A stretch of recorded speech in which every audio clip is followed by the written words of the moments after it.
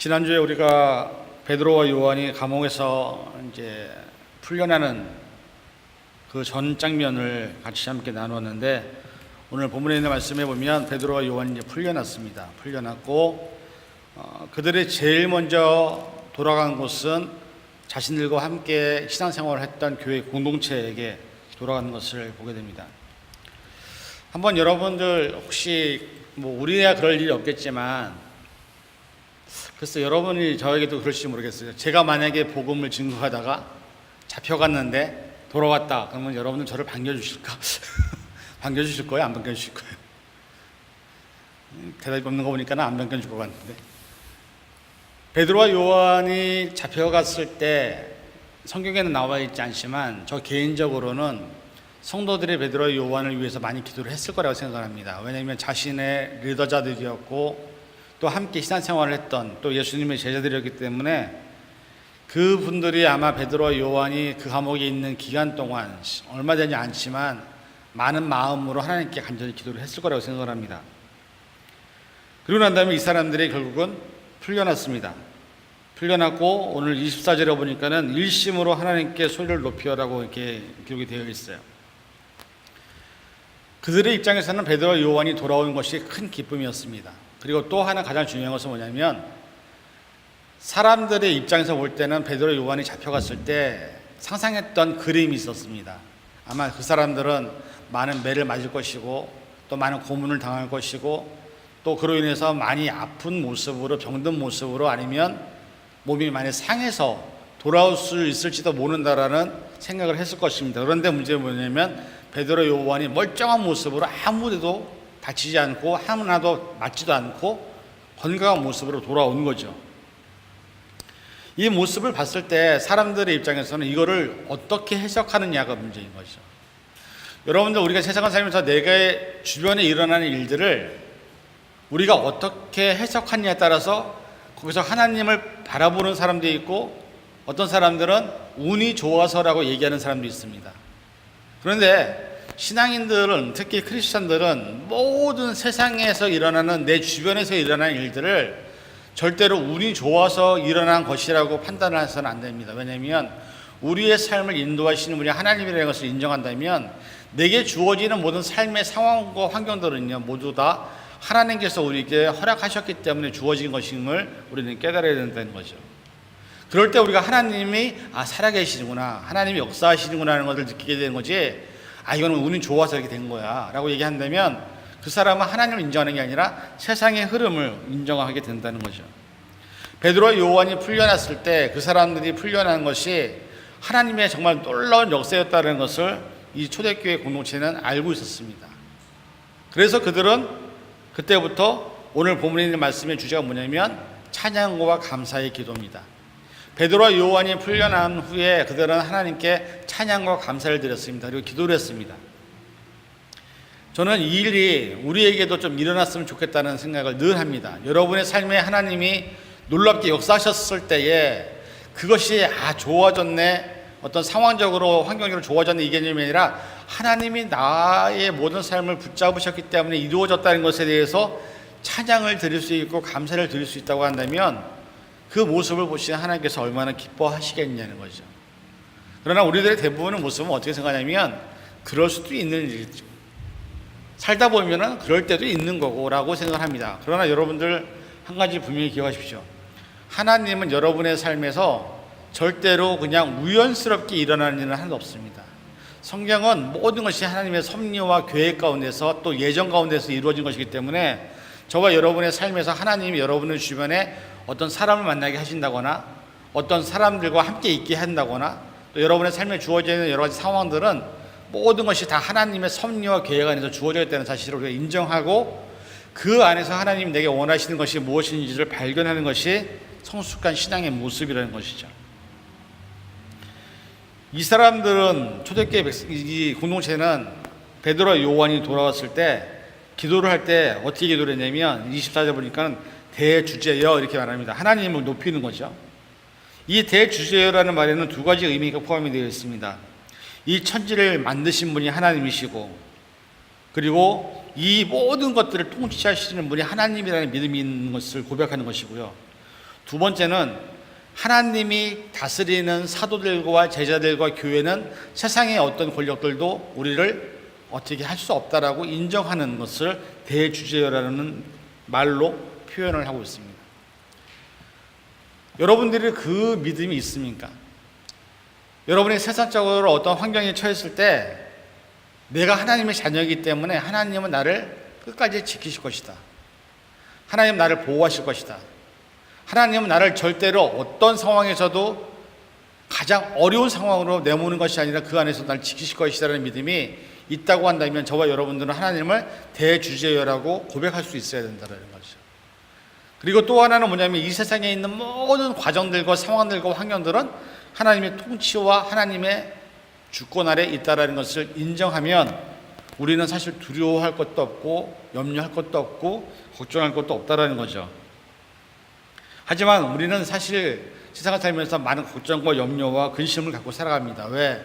그것이 하나님의 섭리에 의해서 이루어지는 것이 아니라 내가 그것을 어떻게인가 해보려고 하기 때문에 결국은 우리는 하나님을 인정하는 게 아니라 나를 인정하는 모습에서부터 출발하기 때문에 우리가 걱정과 염려와 근심이 많은 겁니다. 25절에 있는 말씀을 이 사람들이 왜 고백하냐면요, 다윗의 입을 의탁하사라는 말은 뭐냐면 이미 옛날 구약시대에서부터 다윗을 통해서 일어날 장차의 일들에 대해서 예언을 하신 것이 하나님이라는 거죠. 그 말의 다른 말의 의미는 자신들에게 이루어질 일들도 하나님이 이미 다 예언하셨고 준비하셨다고 믿는 거죠. 여러분, 이것을 여러분들에게 적용을 한번 시켜보세요. 여러분이 미국에 온 것이 여러분 자의적으로 오신 분들도 있겠지만 생각해보면 별로 오고 싶지 않은 나라가 미국입니다. 특히 이민자들의 삶이 얼마나 어렵습니까? 근데 중요한 것은 지금도 미국에 오려고 발버둥 치는 수많은 사람들이 이 세상에 얼마나 많다는 거예요. 그 가운데 여러분들은 자유로 왔든 타유로 왔든 간에 여기서 지금 살고 있고 여기서 미국에서 여러분의 삶을 누리고 있다는 거, 이것은요 큰 축복입니다. 근데 문제는 뭐냐면 여러분들이 이게 축복인지를 모른다는 거예요. 미국에서 살고 있고 내가 세상에서 사람들이 많이 바라는 것들을 내가 스스로 갖고 있지만 그것이 얼마나 귀한지를 모르는 것이 우리의 모습이죠. 25절에 있는 말씀처럼 열방이 분노하며 족속이 허사를 경영하겠는고, 이것은 시편 2장 2편 1절에 있는 말씀을 인용한 것인데 이것은 다른 말이 아니에요. 빌라도나 유대인들이나 많은 사람들이 하나님의 일을 방해하려고 하더라도 여전히 하나님은 그 모든 것들을 해방시키시는 분이다, 그 얘기를 하고 있는 거예요. 결국 베드로와 요한을 잡아서 가두려고 하더라도, 그들을 죽이려고 하더라도 하나님이 그렇게 하지 못하게 한다는 것을 이 사람들은 고백하고 있습니다. 26절에 더 이어서 뭐라고 말하냐면 군왕들이 나서며 관원들이 함께 모여, 그러니까 그리스도를 따르는 무리를 죽이려고 하는 수많은 나라들의 흑암의 세력들에 대한 얘기를 하고 있지만 결국 그들은 하나님의 권력 앞에서, 능력 앞에서 아무것도 할 수 없다라고 얘기하고 있습니다.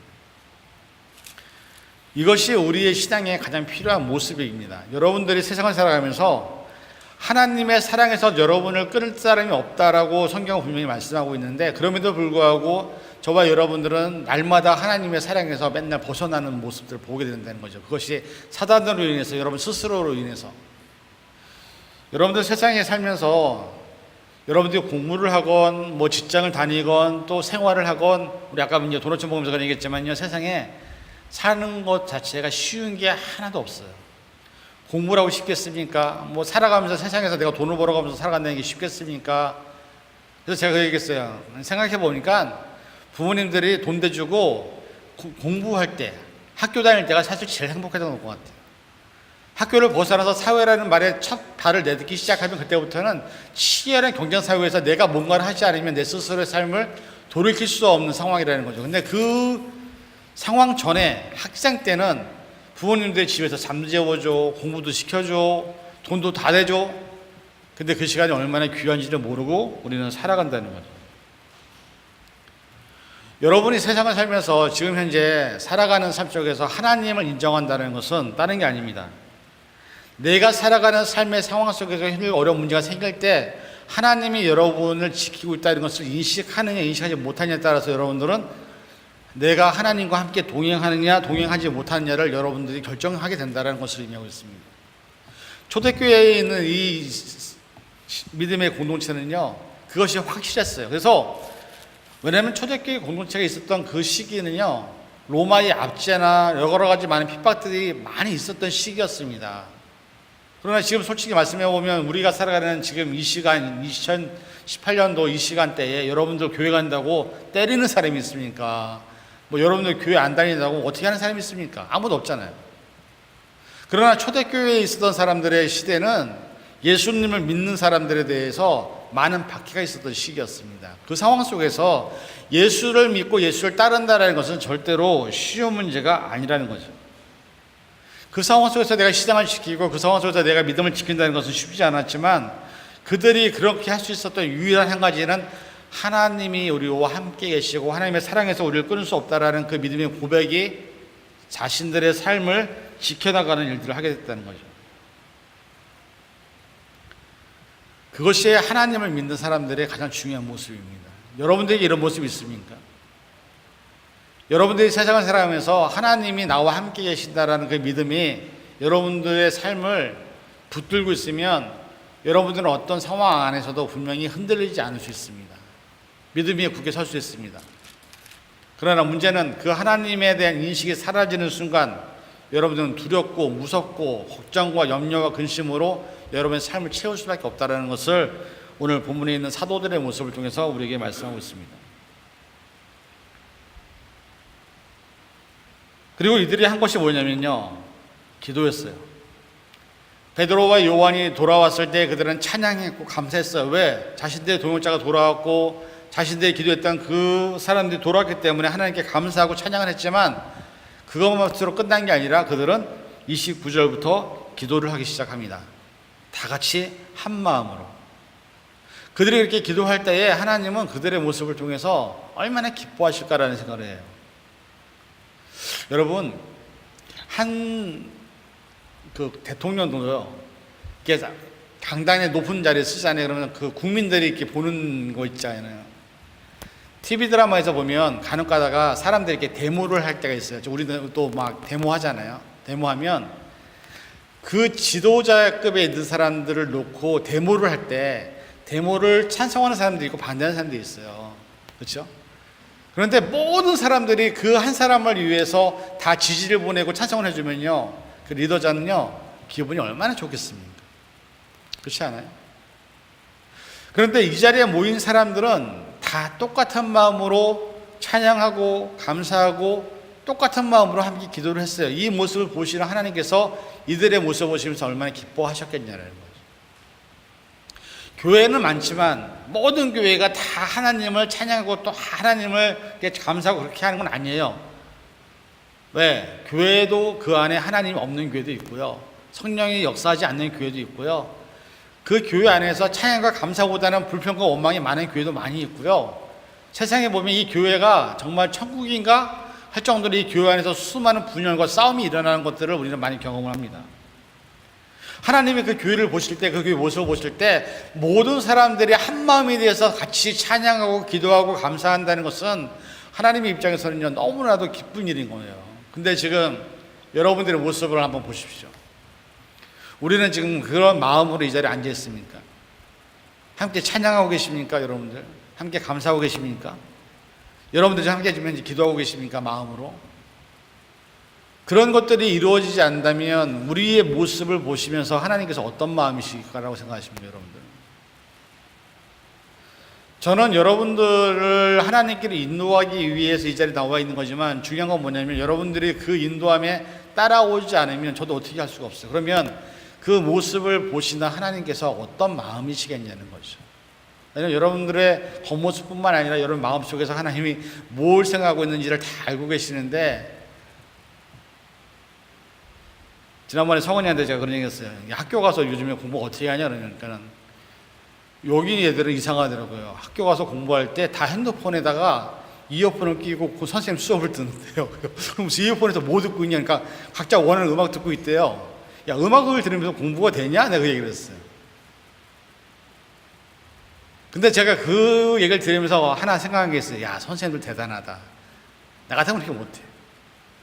강의를 하고 있는 선생님 입장에서 애들이 귀마다 이어폰을 다 끼고 음악을 들으면서 공부를 한다는 건 여러분들 인정이 되십니까? 이해가 되십니까? 이 자리에 나와서 설교라는 저도 여러분의 모습 한 사람은 다 모습이 보이는데 여러분 뭐하고 있는지 제가 다 아는데 하나님이 여러분 모습 보시면서 어떤 마음이 있을 것 같습니까? 예배 안에서 예배로도 하나가 안 되고 기도하는 것도 찬양하는 것도 서로 하나가 안 되는 모습을 보실 때 하나님이 그 마음이 어떤 마음이시겠냐는 거예요. 저는 하나만 생각했으면 좋겠습니다. 여러분이 나와서 예배를 드리는 이 시간 하나님이 여러분의 모습을 보시면서 기뻐하실까? 흐뭇해하실까?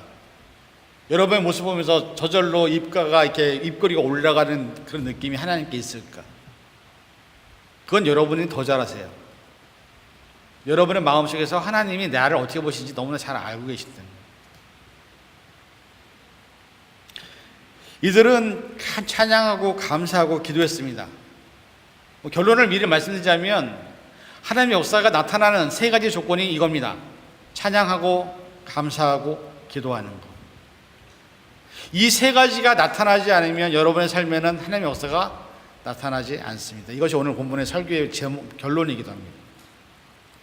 내가 살아가는 삶 속에서 내가 얼마나 찬양하고 있는가, 내가 살아가는 삶 속에서 얼마나 내가 하나님께 감사하고 있는가, 내가 살아가는 삶 속에서 얼마나 하나님께 기도하고 있는가에 따라서 여러분의 삶에는 하나님의 권능이 나타나기도 하지만 나타나지 않을 수도 있다는 사실을 깨닫기 원합니다.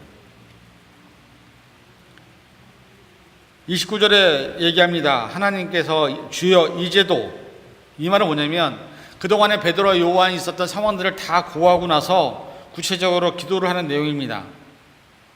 이것이 뭘 말하냐면요, 아버지와 부모와의 자식 간에서 나타날 수 있는 가장 좋은 모습이에요.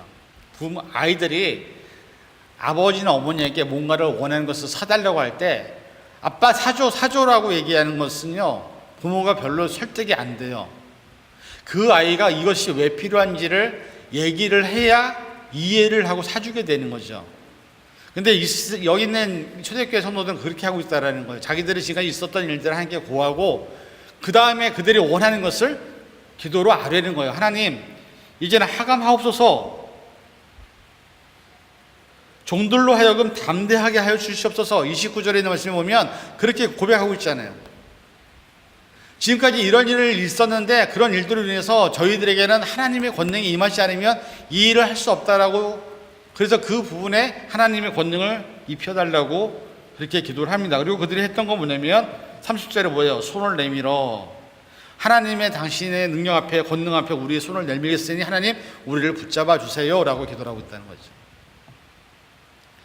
자녀들도 마찬가지예요. 부모들에게 뭔가 사달라고 할 때는 아빠 엄마 내가 이런 것이 필요하기 때문에 이것이 필요해요 라고 얘기해야 되는 거지, 무조건 이거 사줘로 얘기하면 아무런 것도 되지가 않는 거죠.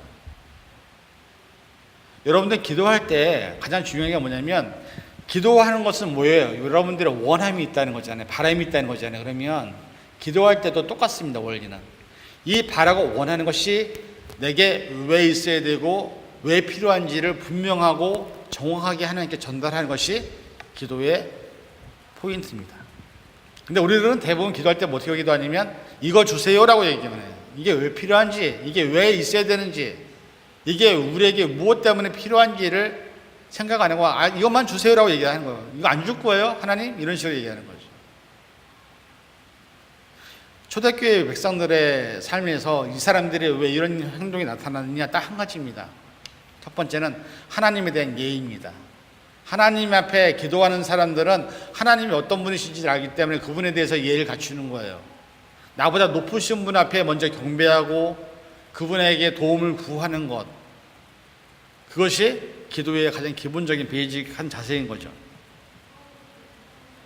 그들이 하나님을 인정하고 하나님이 나와 함께 하시는 것을 인정하고 하나님의 능력을 인정하고 난 다음에 결국 그들은 하나님께 우리가 하나님의 권능을 도와주셔야만 우리가 복음을 증거할 수 있습니다라고 기도를 했던 거죠.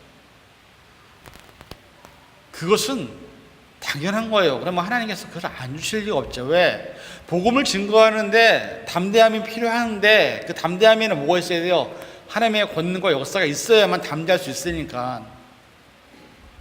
초대교회의 사람들의 기도하는 모습을 보면 정말 구체적이고 분명하게 우리가 왜 이것이 필요한지를 얘기를 해요. 예전에 어떤 목사님이 어떤 분이 하나님께 막 돈을 달라고 기도를 하니까는 그 목사님이 그분에게 이런 어드바이스를 해줬대요.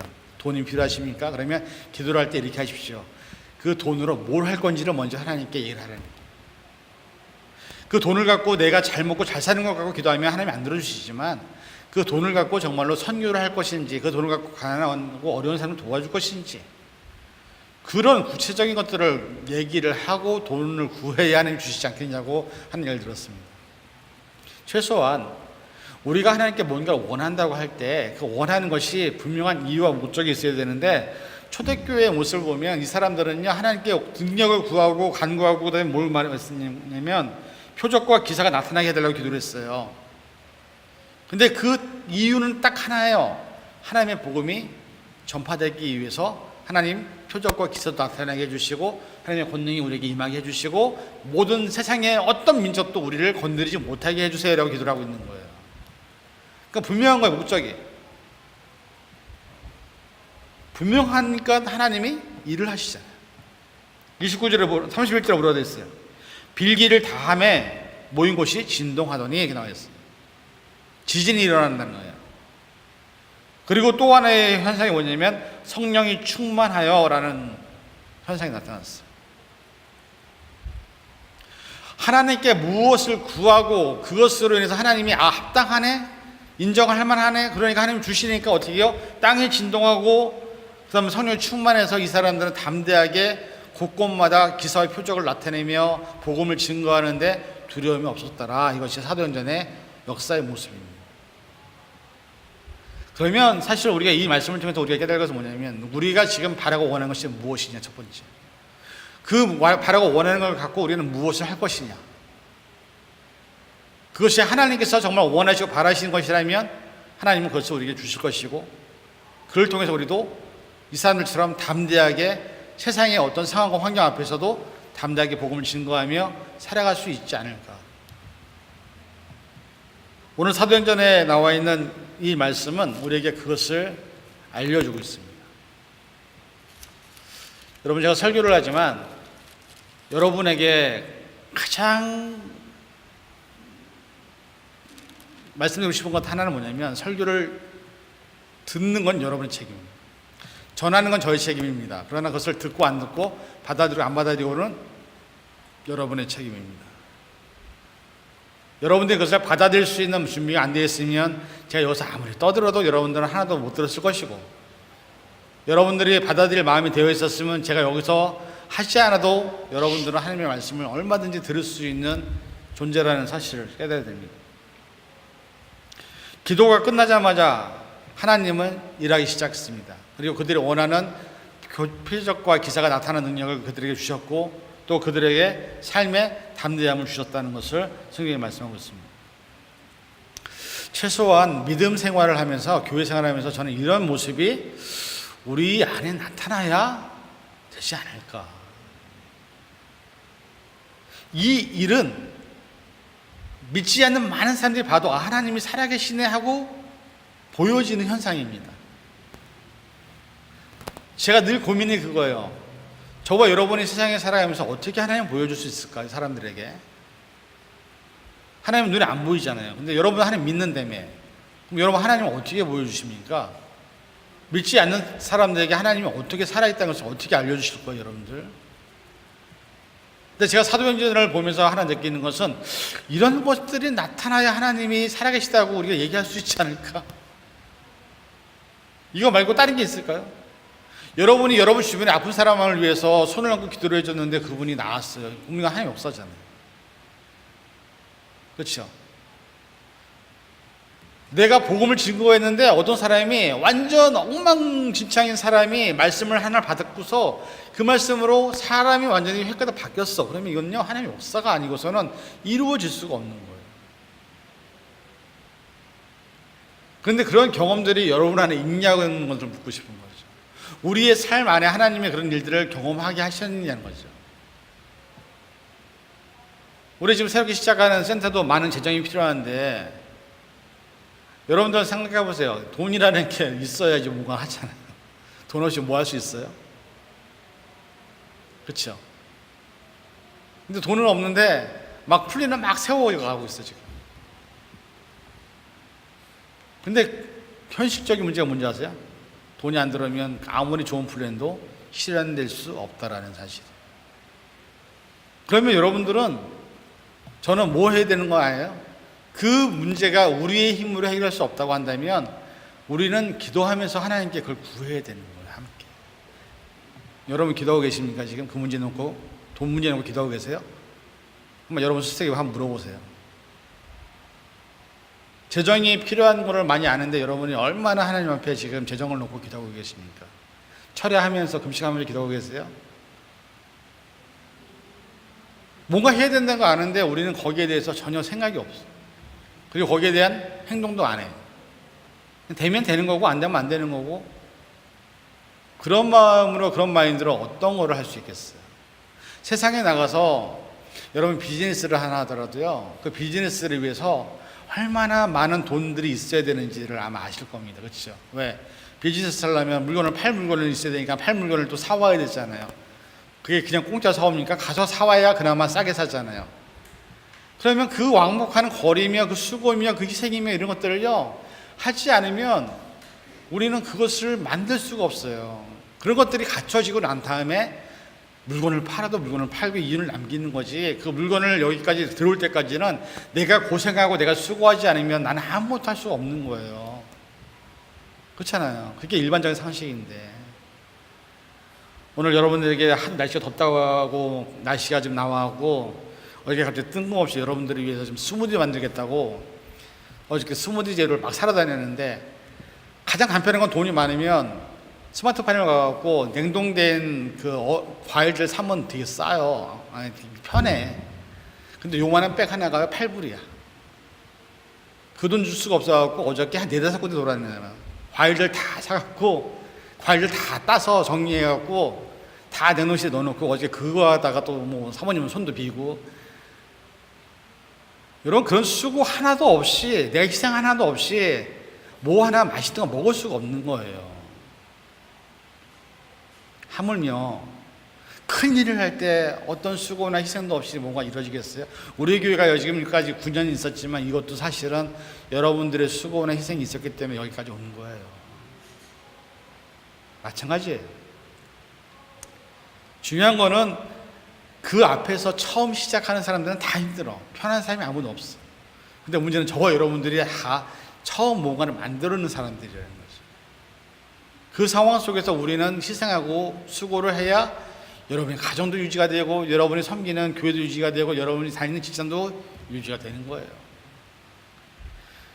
오늘 이 말씀에 나타났던 초대교회 사람들이 보여주는 모습은 바로 그거예요. 그 수고가 뭐예요? 찬양과 감사와 기도를 했을 때 하나님은 역사하셨다라는 거예요.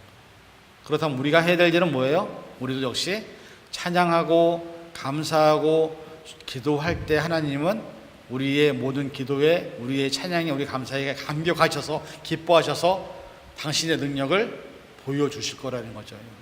저는 분명히 오늘 말씀드렸습니다. 문제는 이거를 우리가 할 거냐 말 거냐에 따라서 달라지겠죠. 그러나 초대교회 공동체는 그걸 함께 한 마음으로 했어요. 그러니까 이 사람들 나가서 복음을 전하고 손만 얹어도 기적이 나타나고 앉은 병이 일어나고 이렇게 되는 건데, 그런 것들 우리 안에 나타날 때 예수비전교회 사람들 모습 보니까는 하나님이 살아계시네 라고 얘기를 들을 수 있게 되는 거겠죠. 그런 역사가, 그런 은혜가 저와 여러분에게 있기를 바랍니다. 그래서 저와 여러분들이 나가서 무엇을 하든 무슨 말을 한마디 하든 간에 우리 말 한마디면, 우리 말 행동 하나면 사람들이 저 사람 말이면, 저 사람이 얘기하는 거라면 나도 한번 따라가 볼게 라고 얘기를 들을 수 있는 그런 믿음의 모습이 될 때에 우리가 이 하나님을 기쁘시게 하는 교회로서의 역할을 감당하게 된다라고 믿습니다. 그런 저와 여러분이 될 수 있기를 주님의 이름으로 간절히 축원을 드립니다. 기도하겠습니다. 사랑해 주님, 베드로와 요한이 감옥에서 풀려났고 이들은 하나님께 찬양과 감사와 기도를 통해서 더 큰 능력과 권능을 받는 모습들을 우리에게 말씀을 통해 보여주고 있습니다. 우리도 하나님 앞에 찬양하며 감사하며 기도함으로 하나님의 놀라운 능력들을 나타낼 수 있는 하나님의 공동체가 될 수 있도록 축복하여 주시옵소서. 감사드리며 예수님의 이름으로 간절히 기도하옵나이다. 아멘.